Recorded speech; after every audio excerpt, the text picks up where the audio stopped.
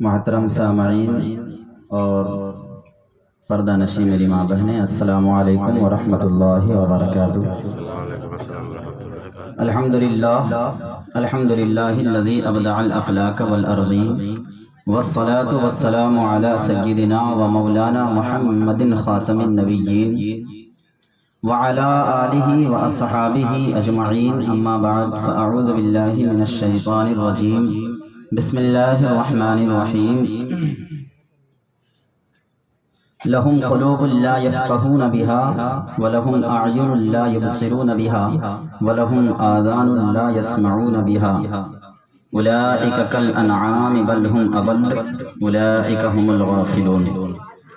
صدق الله مولانا العظيم وبلغنا رسوله النبي الأمين المتين المعين المبين الكريم، ونحن على ذلك لمن الشاهدين والشاكرين والذاكرين والمستمعين والمؤتمرين والحمد لله رب العالمين۔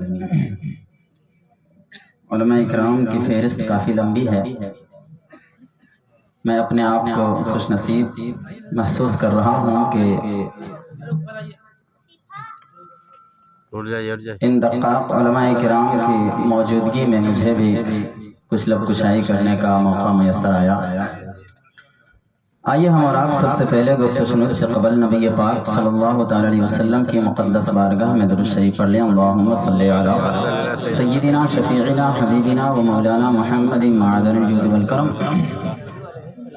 منبع العلم والحلم والحکم وآلہ وبارک وسلم، صلاة و سلاما علیک یا رسول اللہ، صلاة و سلاما علیک یا حبیب اللہ صلی اللہ تعالی علیہ وسلم۔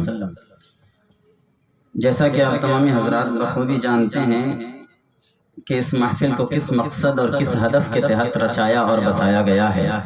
اللہ رب العزت کی بارگاہ میں دعا ہے کہ اللہ ہمیں بھی ان کے صدقے میں مدینہ پاک کی زیارت نصیب فرمائے۔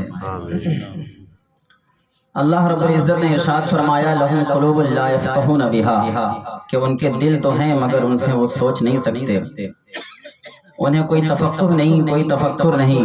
وَلَهُمْ أَعْيُنٌ لَا يُبْصِرُونَ بِهَا، اور انہیں آنکھیں تو ہیں مگر ان سے دیکھ نہیں سکتے، اور وَلَهُمْ آذَانٌ لَا يَسْمَعُونَ بِهَا، اور ان کے کان بھی ہیں مگر اس سے سن نہیں سکتے۔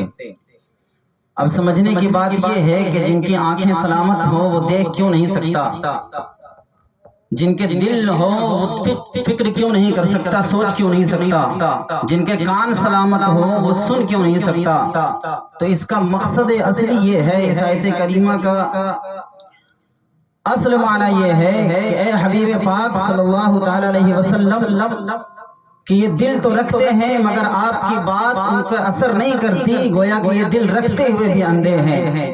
یہ آنکھیں تو ہیں ان کے پاس مگر آپ کی گفتار، آپ کی رفتار کوئی نہیں دیکھتے، آپ کے اخلاق کریمانہ کی طرف ان کی نظر نہیں جاتی، گویا کہ یہ اندھے ہیں۔ کہ اے محبوب یہ کان تو رکھتے ہیں مگر آپ کی باتوں کو یہ سنتے نہیں ہیں، ایک کان سے سن کر اس پر عمل نہیں کرتے ہیں، گویا کہ یہ کان رکھتے ہوئے بھی بہرے ہیں۔ اللہ رب العزت نے فرمایا ایسے لوگوں کے لیے اولئک کالانعام، کہ بے شک وہ لوگ چوپایوں کی طرح ہیں، بل ہم اضل، بلکہ ان چوپایوں سے بھی بدتر ہیں۔ میں آپ کو بتاؤں کہ اللہ نے پہلے کہا کہ چوپایوں جیسے ہیں، پھر کہا چوپایوں سے بدتر ہیں۔ اس کی وجہ یہ ہے کہ جب حضور نبی کریم صلی اللہ تعالی علیہ وسلم اس خاکدان گیتی پر جب آپ جلوہ فرما ہوئے تو پھر دنیا کے جتنے بھی چرند پرند جتنے بھی جانور تھے سب ایک دوسرے سے مل کر مبارک بادیاں پیش کرنے لگے، کہا کہ مبارک ہو حضور تشریف لا گئے، حضور تشریف لا چکے ہیں، مبارک ہو کہ حضور تشریف لا چکے ہیں۔ اللہ اکبر۔ میں آپ کو بتاؤں ایک یہودی جو ہے وہ بکریاں چلا رہا تھا، بھیڑ چلا رہا تھا جنگل میں، اچانک ایک بھیڑیا آیا اور اس کی بکری کو جو ہے اچک کے لے گیا۔ اب یہ ڈنڈا لے کر پیچھے سے دوڑا اور مار کر اپنی بکری کو چھڑا لیا۔